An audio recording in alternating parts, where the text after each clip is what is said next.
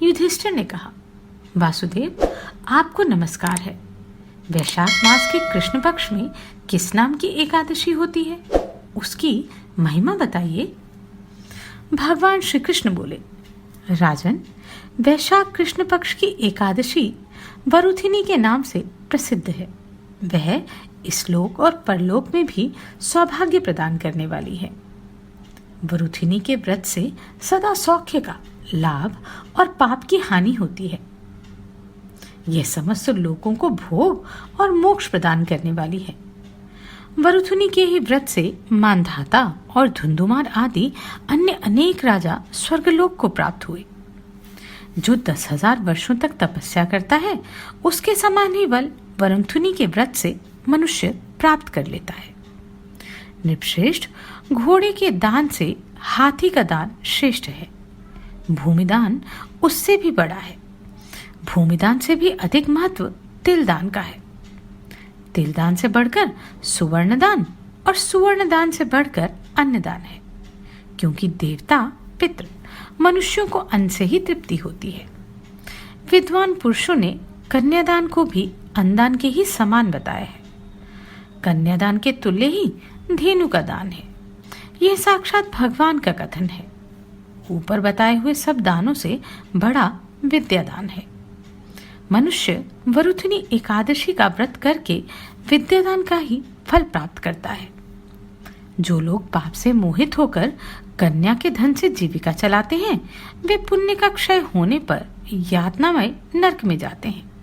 अतः सर्वथा प्रयत्न करके कन्या के धन से बचना चाहिए। उसे अपने काम में नहीं लाना चाहिए। जो अपनी शक्ति के अनुसार आभूषणों से विभूषित करके पवित्र भाव से कन्या का दान करता है, उसके पुण्य की संख्या बताने में चित्रगुप्त भी असमर्थ हैं। वरुथिनी एकादशी करके भी मनुष्य उसी के समान फल प्राप्त करता है। व्रत करने वाला वैष्णव पुरुष दशमी तिथि को कांस, उड़द, मसूर, चना, कौदा, शाक, मधु, दूसरे का अन्न, 2 बार भोजन तथा मैथुन, इन 10 वस्तुओं का परित्याग कर दे। एकादशी को जुआ खेलना, नींद लेना, पान खाना, दातुन करना, दूसरे की निंदा करना, चुगली खाना, चोरी, हिंसा, मैथुन, क्रोध तथा असत्य भाषण, इन 11 बातों को त्याग दे। द्वादशी को कांस, उड़द, मद्य, मधु, तेल, पतितों से वार्तालाप, व्यायाम, परदेश गमन, 2 बार भोजन, मैथुन, बैल की पीठ पर सवारी और मसूर, इन 12 वस्तुओं का त्याग करें। राजन, इस विधि से वरुथिनी एकादशी की जाती है।